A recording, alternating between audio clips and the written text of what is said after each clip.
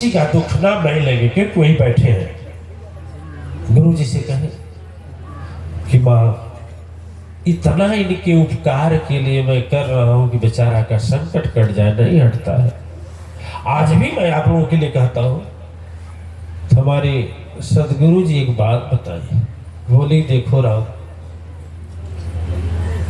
यह तुम्हारे ऊपर इतना शंका करता है, तुम्हारा इतना निंदा करता है, तुम्हारा इतना चुगली करता है, इतना तेरा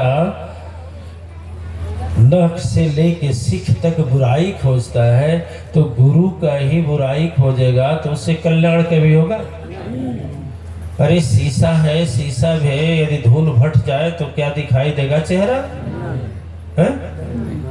यह लाइट हमको लग रहा है, इस लाइट के ऊपर यदि कोई इस बल्ब के ऊपर कोई पत्थर या टीना रख दिया जाए, टीने का इतना बड़ा, तो क्या प्रकाश मेरे ऊपर आएगा? योग्यता होते हैं वो। इसीलिए हमारे गुरु जी बोले कि राम क्या उसका दुख कटेगा? तुम काटना चाहते हो लेकिन वही नहीं काटना चाहता। तुम्हारे सामने खूब लगा रहे गुरु जी की जय हो, गुरु जी की जय हो, खूब गाना गाएगा। अब देखो इसका हृदय क्या बोल रहा है। यही कारण है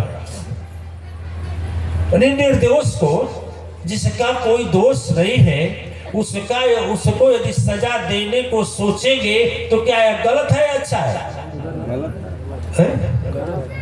गलत है कि बहुत गलत है? यदि आपके देखने में गलत है तो विधाता के देखने में गलत नहीं होगा? परम शक्ति सत्ता को देखने में गलत नहीं होगा? जब रावण दूत से बोला कि ले जाओ जनक के दरबार में गाड़ दो, तुरंत आकाशवाणी हुई कि अब अनर्थ होगा, अब अनर्थ होगा, यह अत्याचार सहन नहीं होगा। जिस दिन फूटेगा घड़ा सुनो, उस दिन अंत तेरा होगा। क्यों बोला? ये बोला जाकर फेंक दो, परे अकाल मरे लोग, परे अकाल मरे लोग।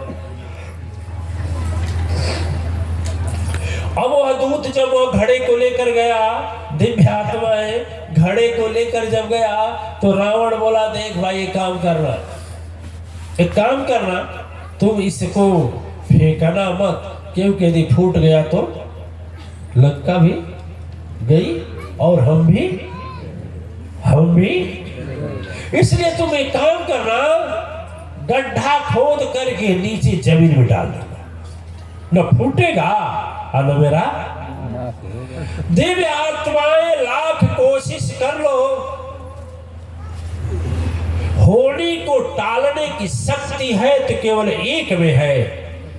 आप बताएंगे कि हम बताएं? किसमें है?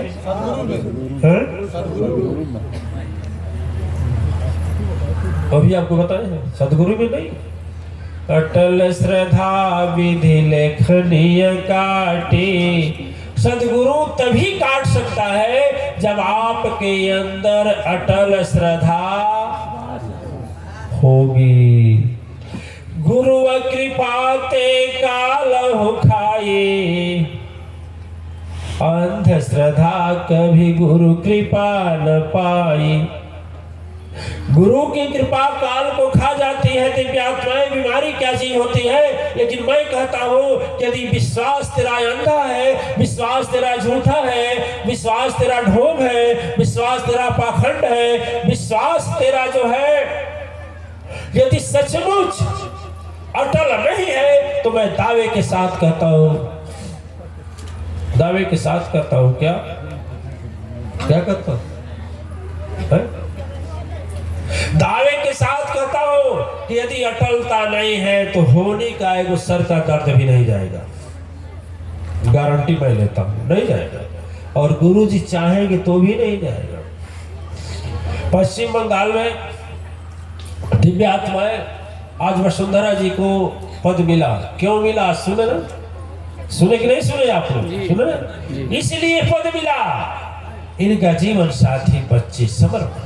मात्र शक्ति की बात आई, मात्र शक्ति की उपाधि की बात आई, और मात्र शक्ति के उपाधि में आज तक वहां की मात्र शक्ति की उपाधि नहीं मिली, अब मिलेगी भी नहीं। क्यों? एक मिलने की आशा थी, लेकिन उसी का जीवन साथी इसका त्रास कर दिया। तब बोल साचे दरबार की। तो वटल श्रद्धा विधि लेखनीय काटी, आदि शक्ति इच्छा जग व्यापी। दिव्यात्माएं जब हमारा इच्छा प्रभु की इच्छा बन जाती है, मेरा मन सदगुरु का मन बन जाता है, मेरा भाव जब सदगुरु का भाव बन जाता है, मेरा विचार जब सदगुरु का विचार हो जाता है, तो ऐसे हालत में बिना कुछ किए, बिना कुछ अरे बोले ना वो देवी जी बताइए कि हमारा कमर दर्द होता है लेकिन दवा भी नहीं खाते हूँ, पता नहीं कैसे, पता नहीं कैसे हो जाता है। देखिए दिव्य आत्माएं जब घड़ा को रख दिया गया, तो मेरे कहने का मतलब है कि जनक जी के पास सदगुरु थे लेकिन रावण के पास सदगुरु क्यों? मान रहे हैं नहीं मान हैं? रावण के पास विद्या थी, रावण के पास शक्ति था, रावण के पास सामर्थ्य था, रावण के पास पूरी पृथ्वी के भूमंडल को जीतने की क्षमता थी। देवताओं के इंद्र, देवताओं के राजा इंद्र को भी अपने मुट्ठी में करने की शक्ति और क्षमता थी। रावण के पास क्या नहीं था? वही नहीं था। क्या नहीं था? सोना नहीं, महासोना था, लेकिन एक चीज नहीं था। क्या नहीं था? एक चीज नहीं था।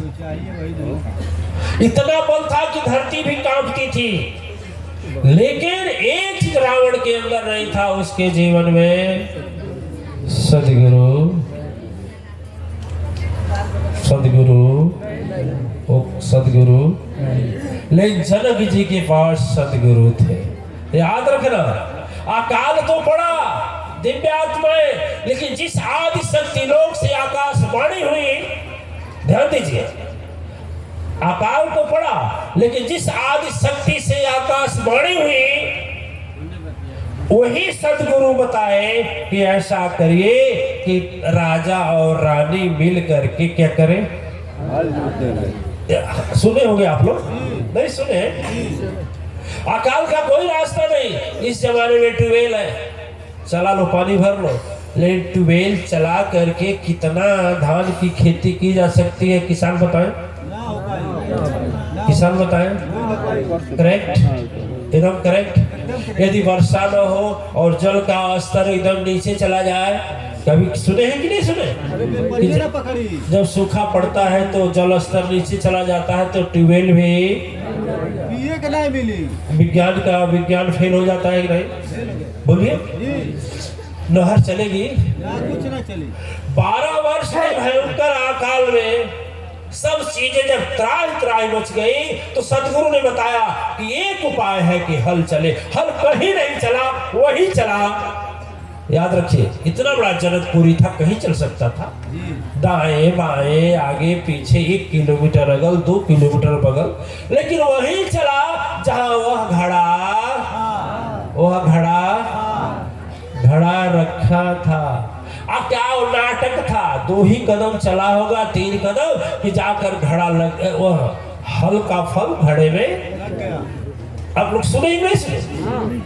देखिए, उधर सदगुरु नहीं है, विनाश की तैयारी करने के लिए अपनी सारी बुद्धि लगाया लंकापति रावण, लगाया ना कि हम विनाश से बच जाएं, विनाश उसका हो, हम अकाल से बच जाएं, अकाल उसके राज्य में पड़े। लेकिन अकाल तो पड़ा, लेकिन सदगुरु की कृपा ऐसी हुई कि देखो, जनक जी के पास वह शक्ति थी, सदगुरु के प्राप्त करने की श्रद्धा की शक्ति थी कि जैसे फल ठकराया, आकाशवाणी करने वाली वह मां शक्ति स्वयं एक अंश को नंदनी के रूप में भेज दी। जनक नंदनी प्रकट हुई, प्रकट हुई नहीं, और प्रकट नहीं हुई, जेव प्रकट हुई तेव शुरू हो गया। क्या शुरू हो गया?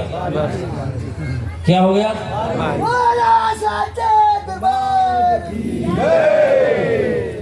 दिव्य आत्माएं जब सदगुरु हमारे पास होता है और वास्तव में सदगुरु है ना, तो हमको मारने वाला लाख कोशिश करे, लेकिन सदगुरु हमको बचा। रावण अपने शक्तियों सीता से त्रास करने का योजना बनाया, लेकिन सारा योजना रावण का फेल हो गया। उल्टा वही हो गया कि लंका के जलने का और लंका के विनाश करने की स्वयं मां शक्ति अवतरित हो गई, और वही अवतरित हुई जिसको वह विनाश करने के लिए सोच रहा। देखिए, गुरु यदि नहीं बनाते हैं तो सारा विद्या रख करके मेरी बुद्धि रावण की तरह होगी, और यदि सदगुरु बनाते हैं, मेरे पास सदगुरु है, तो यदि सदगुरु है मेरे पास, तो भी कितना हो विपत्ति आ जाएगी, जनक की तरह विपत्ति आ जाएगी, तो भी सदगुरु जैसे जनक को बचा लिया, वैसे जनक तुझको भी बचा लेगा।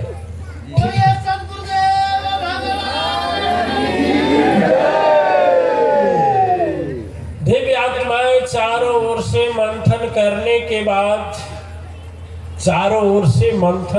बाद, 5 वर्ष के बाद हम लोग एक भजन तैयार किए, जी, तीनों लोग।